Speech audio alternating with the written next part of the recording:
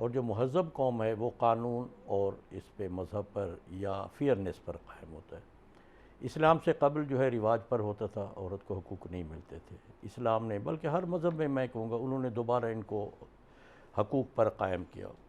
اب انڈو پاک کی طرف اگر ڈائریکٹ ہیں تو آپ کو یہ جان کر حیرانی ہوگی کہ انگریز کے آنے سے پہلے یہاں جو تھا کوئی شرعی قانون نافذ نہیں تھا مغل سلطنت کے دور میں بھی، بلکہ رواج تھا۔ جب بھی کوئی شخص فوت ہونے لگتا تھا تو وہاں کا جو نمبردار ہے وہ آتا تھا اور جو آدمی ڈیتھ بیڈ پہ ہوتا تھا اس سے پوچھتا تھا کہ تمہاری وراثت جو ہے وہ رواج کے مطابق تقسیم کی جائے یا شریعت کے مطابق۔ اور آپ کو یہ جان کر حیرانی ہوگی کہ 90% ہمارے بزرگ جن کے ہم بڑے جو ہے وہ گانے گاتے ہیں، جی ماشاءاللہ بہت ہے، 90% لوگ ریکارڈ پہ ہے شریعت کے مقابلے میں کہتے ہیں رواج پر ہماری جائیداد تقسیم کی جائے۔ یہی وجہ کہ رواج پہ تقسیم ہوئی، اور اس کے بعد وہ کلمہ پڑھ کے لا الہ الا اللہ محمد فوت ہو جاتے تھے، اور لوگ کہتے تھے جی ایمان پر جو ہے وہ مرا ہے۔ میں کہتا ہوں نہیں، وہ ایمان پہ نہیں مرا، وہ کفر پہ مرا ہے۔ باقی چیزیں چلو انڈائریکٹ ہو جاتی ہیں۔ Credit goes to the British government. پہلی دفعہ انہوں نے پھر نافذ کیا شریعت اپلیکیشن ایکٹ 1937 کا ہے۔ انہوں نے یہ طے کر دیا کہ جو مسلمان ہیں ان کے جو حقوق ہیں، شخصی قوانین ہے، وراثت ہے، شادی بیاہ، گفٹ، ول، یہ ان کے اپنے قانون یعنی شریعت کے قانون کے مطابق طے کیے جائیں گے، اور انہیں لا بنا دیا۔ تب سے اب عورتوں کو وہ تمام حقوق حاصل ہیں جو شریعت میں دیے ہوئے ہیں۔ لیکن ہوتا وہی ہے کہ جب کوئی ایسا یعنی کہ موقع آتا ہے تو ہم رواج سے باہر نہیں نکل سکے۔ ٹھیک ہے، ہم کیوں نہیں نکل سکے میں آپ سے یہ بھی پوچھوں گی، لیکن پہلے میں حمیرہ آپ کی طرف آؤں، پھر میں رخشندہ کے پاس جاؤں گی، کیونکہ وہ کیسز سنتی ہیں، ان کے پاس بہت ساری کہانیاں بھی ہوں گی۔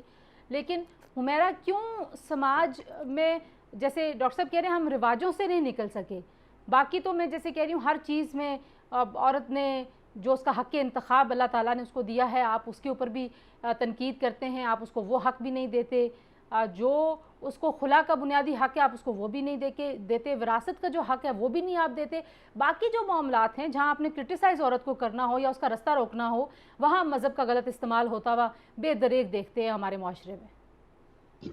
جی تنزیلہ، جو کلچر ہوتا ہے نا، کلچر جو اسلم خاکی صاحب کہہ رہے ہیں، رواج اور یہ معاشرہ اور یہ سب کچھ، یہ ہے تو بڑی ایک انٹینجیبل سی چیز، کوئی میز اور کرسی کی طرح تو نہیں ہے، مگر یہ اتنا اس کا گرپ ہوتا ہے لوگوں کے دماغوں کے اوپر، اور جب تک آپ صحیح قسم کی ذہن سازی نہیں کریں گے، آپ کتنی ہی قانون سازی کر لیں، وہ ابھی میرے پاس وہ اس کا کوئی فائدہ نہیں ہوگا۔ آن دی ادر ہینڈ، کچھ سال پہلے میرے پاس ایک کیس آیا تھا جس میں بہت رچ لوگ ہیں، ایک بھائی ہے اور 6 بہنیں، اور ماں نے، بہنوں نے کیلکولیٹ کیا اب تک 2 کروڑ دے چکی ہیں، ماں جو ہے بھائی کو 2 کروڑ دے چکی ہے رینٹ میں سے جو پیسہ آتا ہے اور یہ تمام، اور بہنوں کو کچھ نہیں۔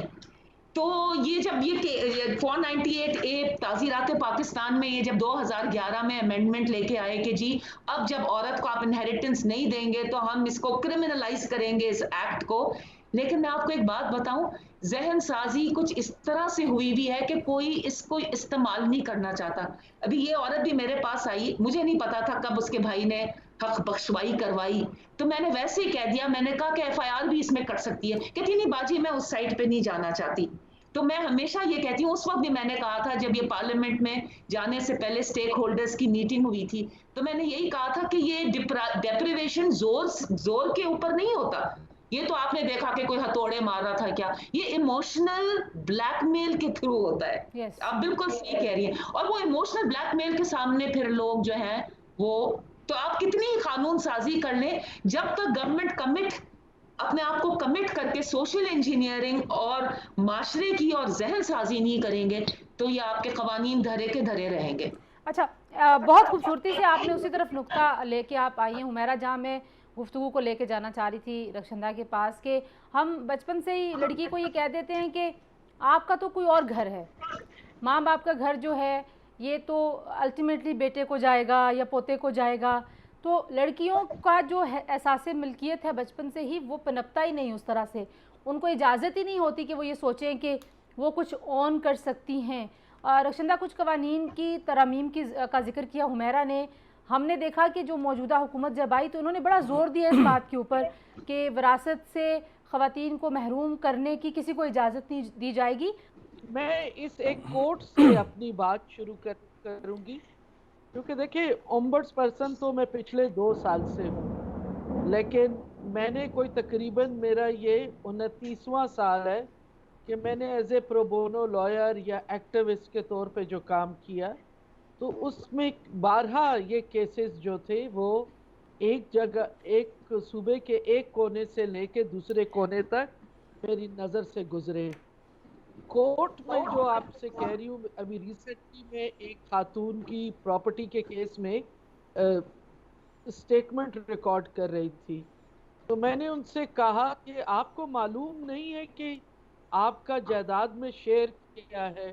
تو اس خاتون نے مجھے کہا کہ ایک پختون عورت کو کیا پتہ ہوتا ہے، کیونکہ بچپن میں اس کی جائیداد اس کے بھائیوں باپ کے حوالے ہے، شادی کے بعد اس کی جائیداد اس کے میاں کے حوالے ہے، پھر جب وہ بوڑھی ہو جاتی ہے اور بچے بڑے ہو جاتے ہیں تو جائیداد کا کنٹرول کے بیٹوں کے پاس۔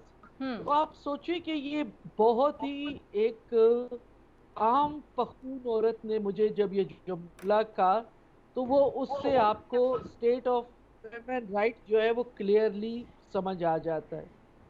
22 اکتوبر 2019 میں کے پی نے جب یہ لا لانچ کیا، اس سے پہلے کے پی جو ہے وہ 2012 میں بھی ویمن 2011 کے بعد پھر جو کے پی میں 2012 میں ویمن اونرشپ رائٹ ایکٹ جو تھا وہ آ چکا تھا، اور پھر اس کے بعد فردر جو ہے یہ 2019 میں یہ لا آیا۔ اس وقت میرے پاس آج کی تاریخ میں، کیونکہ ایک بزنس کلوز ہے، تو میرے پاس 215 کیسز ہیں، 215 کیسز ہیں۔ بریک لیتے ہیں جی، کچھ مسائل کا ذکر میرے تینوں مہمانوں نے کیا ہے۔ اب جو قوانین ہونے چاہیے یا جو ہیں موجود، ان کی امپلیمنٹیشن کیسے کروائی جائے، یہ ہم تینوں مہمانوں سے پوچھیں گے۔ بریک کے بعد ملتے ہیں، ہمارے ساتھ رہیے۔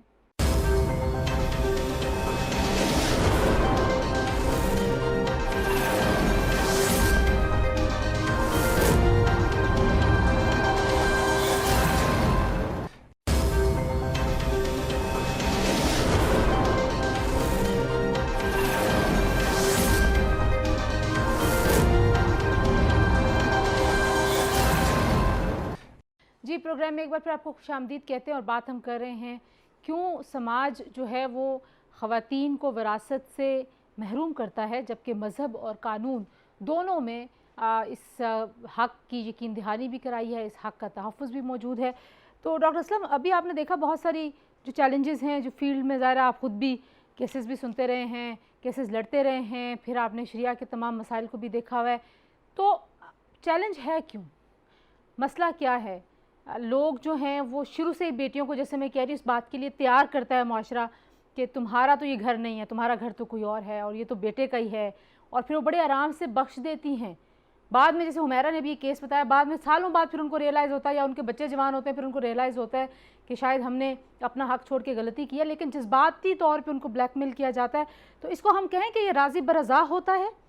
نہیں، میرے خیال میں جیسے ہم ایک کہتے ہیں نا فورسڈ میرج، کہنے کو وہ میرج ہوتی ہے لیکن فورسڈ ہوتی ہے، تو یہ بھی ایک فورسڈ کانسنٹ ہے، تو وہ کانسنٹ نہیں ہے جو فورسڈ ہو۔ بات یہ ہوتی ہے کہ جیسے نے کہا نا بلیک میلنگ کرتے جذباتی، تو میں اس کو وائٹ میلنگ کہتا ہوں۔ بلیک میلنگ ہوتی ہے کہ فورس کی دھمکی دیتے، وائٹ میلنگ ہوتے ہے آپ دوسرے کے جذبات اور محبت کی وجہ سے اس کا حق لے لیتے ہیں۔ ایک چیز دیکھیں نا جی، جب ہم ڈیپتھ میں جائیں، میں یہ سمجھتا ہوں کہ اگر اس چیز کو ہم نے خود کرنا ہے، میں کیوں مانگتا ہوں؟ جب رواج ہوتا ہے وہ دونوں طرف جاتا ہے۔ مجھے پتہ ہے میری بیوی جو ہے وہ اپنا حق چھوڑ کے آئی ہے، اپنے بھائیوں کو، گھر میں کچھ نہیں لائی وراثت کا، تو میں بھی یہ ایکسپیکٹ کرتا ہوں کہ میری بہنیں کے لائیں۔ اگر اس معاشرے نے صحیح ہونا ہے تو پہلے یہاں سے شروع کریں کہ ہر بھائی جو ہے وہ اپنی بہن کو حق دے۔ جب اس کا بھائی لے کے اس کی بہن میرے گھر آئے گی اپنا حق لے کے، تو میری بہنیں بھی جسٹیفائیڈ ہوں گی، یا ایک سائیکولوجیکلی فیکٹروں کا یہ کریں۔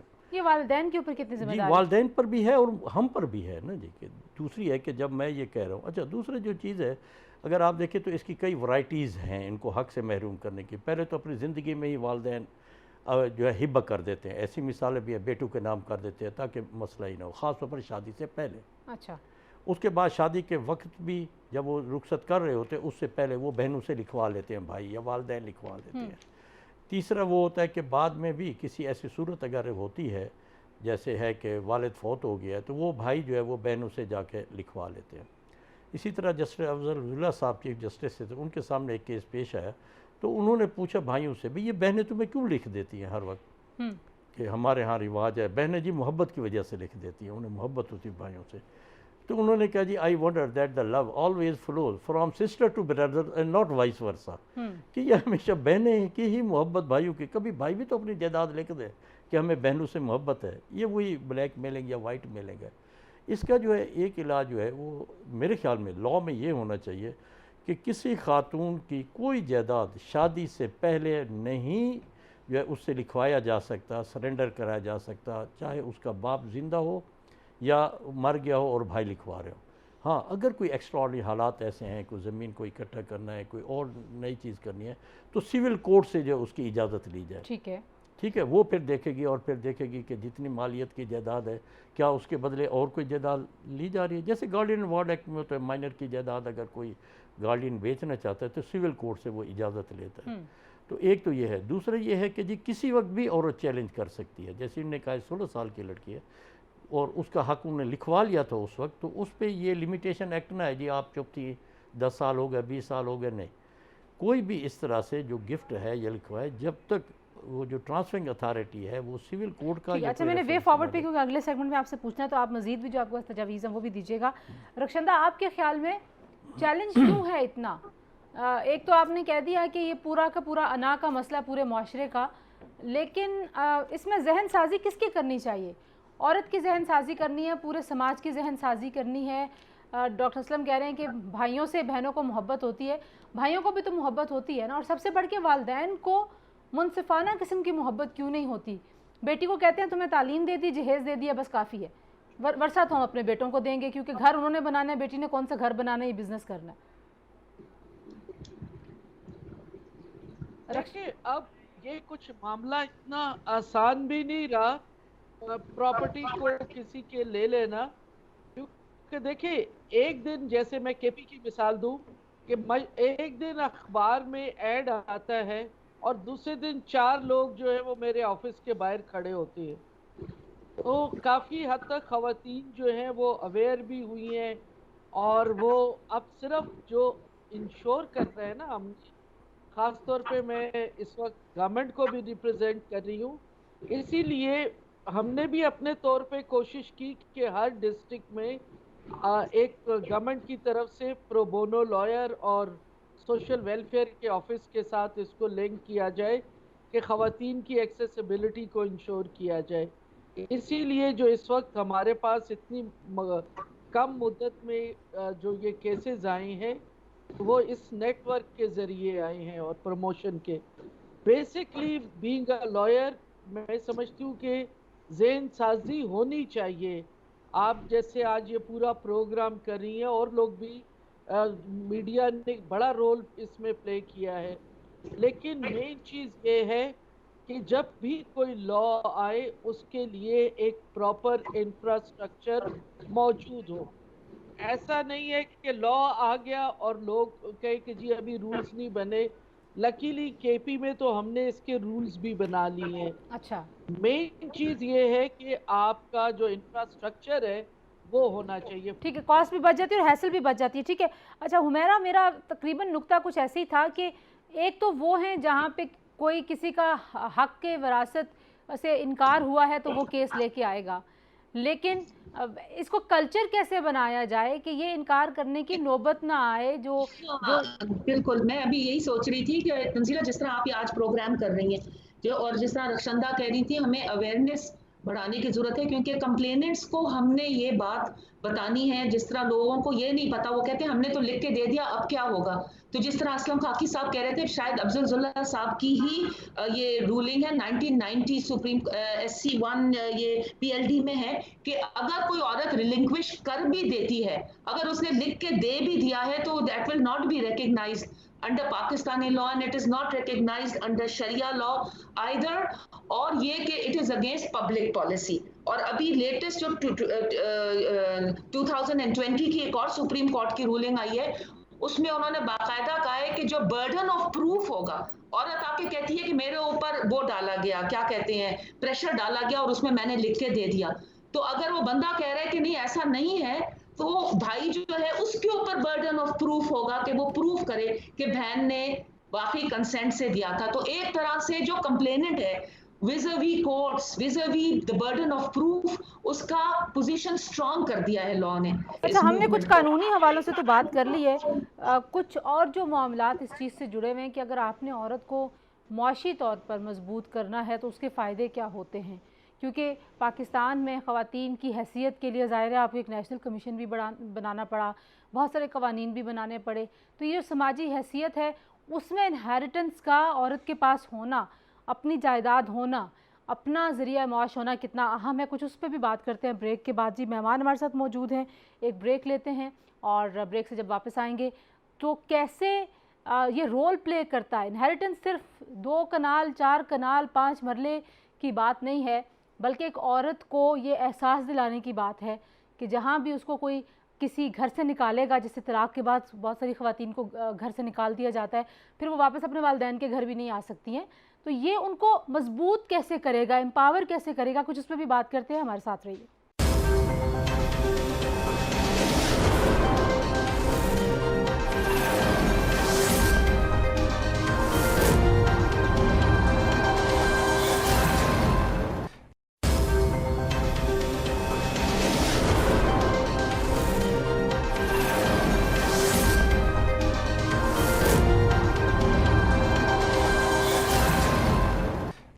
جی پروگرام میں ایک بار پھر آپ کو خوش آمدید کہیں گے، اور بریک پر جاتے ہوئے جو میں نے نقطہ چھوڑا تھا، حمیرہ سب سے پہلے آپ سے پوچھتی ہوں کہ کتنا ضروری ہے، کیونکہ ہم بہت گہرائی میں نہیں سوچتے، ہمیں لگتا ہے کہ یہ صرف جو ہے عورت کو ووٹ کا حق دے دیا تو کوئی قانونی ہم نے چیز کر دی.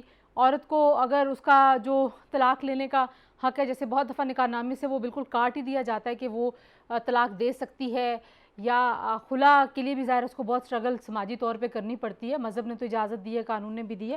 اسی طریقے سے اگر انہیریٹنس کو انشور کیا جائے، یہ نہیں کہ ریفیوزل کے بعد وہ جا کے کیسز لڑے، بلکہ پہلے اسٹیٹ اس کو انشور کر دے کہ اس کو ملے گا اپنا حصہ ہر حال میں، تو اس کا امپیکٹ عورت کی امپاورمنٹ پہ کیا ہوگا؟ بہت بڑا امپیکٹ ہوگا تنزیلہ.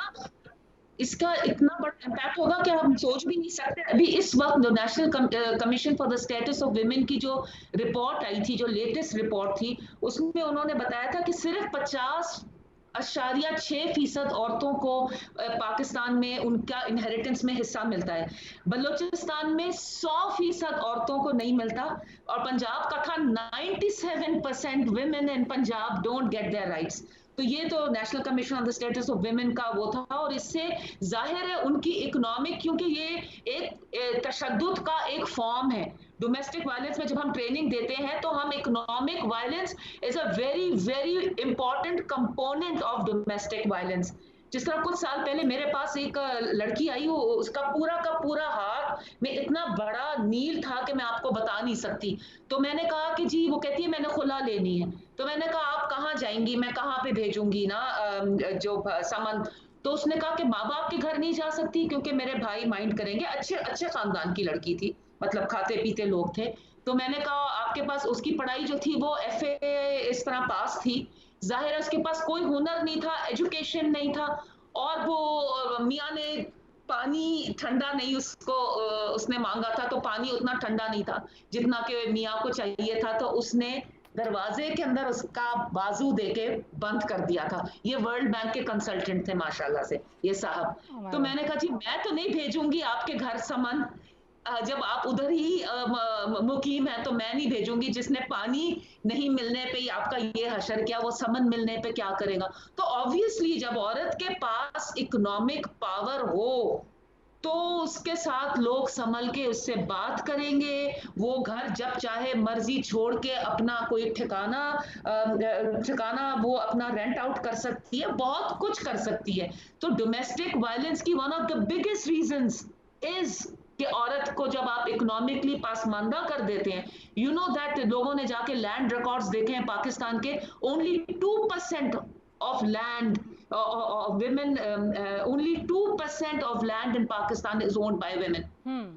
یہ سارے مطلب یہ اسٹیٹسٹکلی میں آپ سے بات کر رہی ہوں. تو ظاہر ہے پھر جیسے آپ عورت کو اس سائڈ سے اسٹرانگ کریں گے، there will be a huge impact on her marital life, on her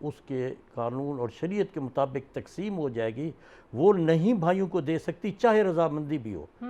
اس کو کس نے حق دیا ہے؟ کیونکہ جو عورت کو ملتی ہے یا مرد کو جو مجھے باپ کی طرف سے جائیداد ملتی ہے وہ یا میرے لیے ہے یا میری اولاد کے لیے ہے۔ تو یہ عورتوں کے لیے بھی جائز نہیں ہے، چاہے فری ول بھی ہو، کہ اس جائیداد کو، یہ امانت ہے۔ وراثت اور اپنی کمائی میں یہی فرق ہوتا ہے۔ وراثت مجھے باپ نے دی، میرے لیے دی کیونکہ اس نے مجھے بر دیا، اور مجھے دی میں اپنی اولاد پہ جاؤں۔ میں اس کو لیٹرل پہ نہیں لے جا سکتا، نہ شرعاً نہ قانوناً۔ آپ قانون بنا دیں کہ نہیں، رجسٹری نہیں ہوگی، اس کی ٹرانسفر ہی نہیں ہوگی۔